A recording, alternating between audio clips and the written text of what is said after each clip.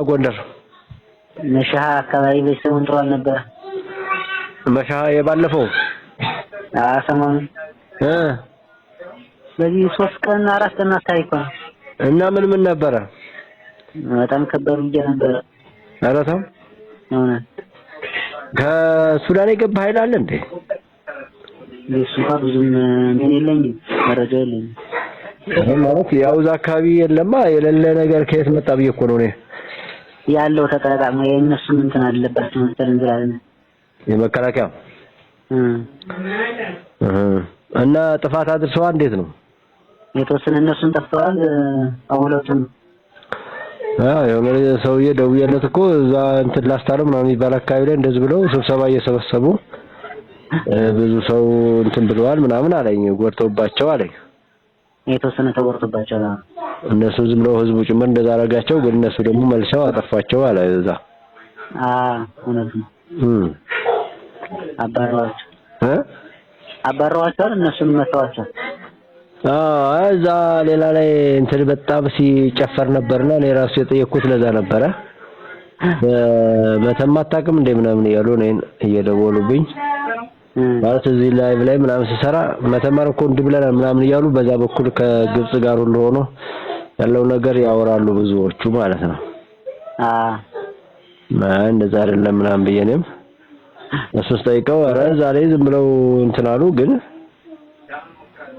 ወዳው ዛው ህዝቡም ሆነ ምናምን ተመታ እንደዛ አለ።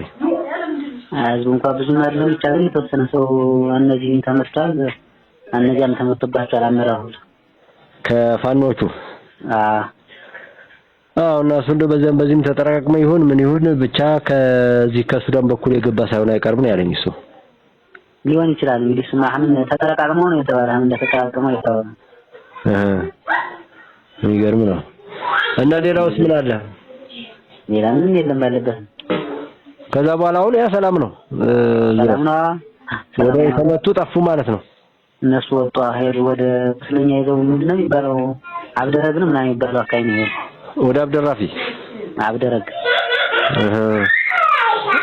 አብደራፊማ ወደዛኛው ወደ ሁመራ ሳይድ ማለት ነው። ወደ ሁመራ ሳይድ እርሻ አብደረግ የሚባል አለ ደለሎ አካባቢ። የአብደራፊ ነው አብደረግ የሚባለው። ከደለሎ ከፍ ብሎ ወደዛኛው ያደላል። ወደዚያ ነው። እና ወደዛ ፍራቸውን ይዘው ምናምን የሞተውስ እንደው ብዛቱን አልተናገሩም። መቼ እነሱን ሰው አይናገር። አሁን ሰው ዝም ብሎ ነው። ሰው አሁን ምንድነው እይተው? ሰው ዝም ብሎ እንዳመመው ነው። አይሻለውም? ዝም ብሎ የተወሰነው ነው እንጂ አብዛኛው እንዳመመው ነው። በቃውም እኮ ነው። እኔ አሁን የምለው እኮ ማለት አየኸው እኔም አየሁት አንተም አየኸው። ሞከርነው፣ ጥፋት ደረሰ፣ ተባላን፣ ተጫረስን። ቤተሰቡን ራሱ መንገዱን ዘግተውት የባህር ዳሩ ከየት ባህር ዳር ከባህር ዳር ጎንደር መንገድ ዘግተው ነበር። ምንድን ሆናሉ? ዝም ብሎ ዘጉት። በቃ በእኛን መኪና እንዳያልፍ ለ6 ቀን ነው ምናምን ብሎ በወሬዛው ተዘጋ። እዚያ ተዘጋ። የተጠራቀመው መኪና መከላከያ ያስከፈተ ይዞት ይመጣል አንዳንድ ቀን። ከዚያ ውጭ ግን ተዘግቶ ነው የሰነበት። እና ምን አለ ሰው ዝም ብሎ ይገርመኛል። በቃውም እኔ አሁን ሰውም እኮ ነው እንደዛ አለመሻሻሉን የምታየው በዚህ ነው። በጣም የስመጡ ሰላሙን አካባቢ ስብሰባው ነው የተዋለው። በጣም እኔ ልጁ ራሱ በጣም አይን ገላጭ ንግግር ነው ያደረገው። በጣም የሚገርም ልጅ በጣም ሁሉ ነገር ገልጿል። እሱ ነው አጀንዳ እንደውም ሆነ የሰነበተው። ዛሬም ቆላ ድባ አካባቢም እንደዚህ በየቦታው ላይ ያለው እዚህም ደግሞ ከአዲስ አበባ ወደ ወሎ ትናንትና የሚገርም ከዚህ ማን የሚባል አካባቢ ያለ ኤሉባቡር የሚባል ወለጋ ውስጥ ነው ወደ ኦሮሚያ ክልል የኖረ ልጅ ነበረ።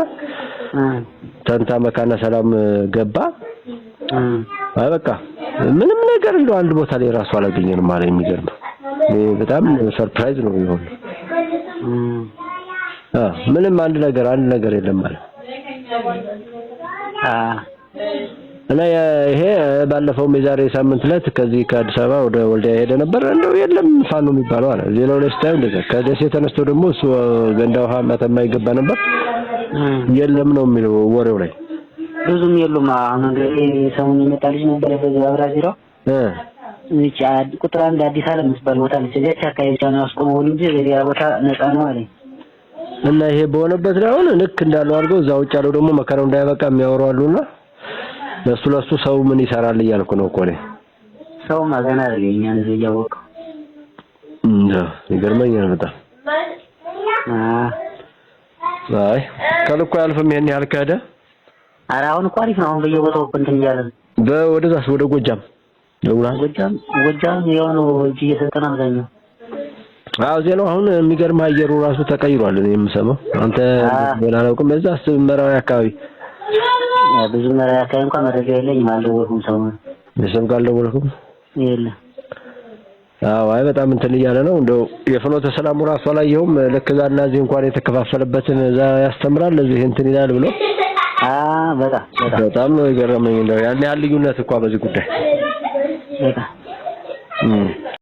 እና በየኬላው መንገዱ እንደው ዝም ብሎ ክፍት ነው። ከዚህ ከአዲስ አበባ አንስቶ እስከ ወልዲያ አንድ ቦታ ብቻ ግን ተናቸዋል። እዛው ደብረሲና አካባቢ ደብረሲና እዛው ወረድ ብለናው ከደብረሲናና ከሸዋሮቢት መካከል ያሉት የሚቀርቡት አሉ።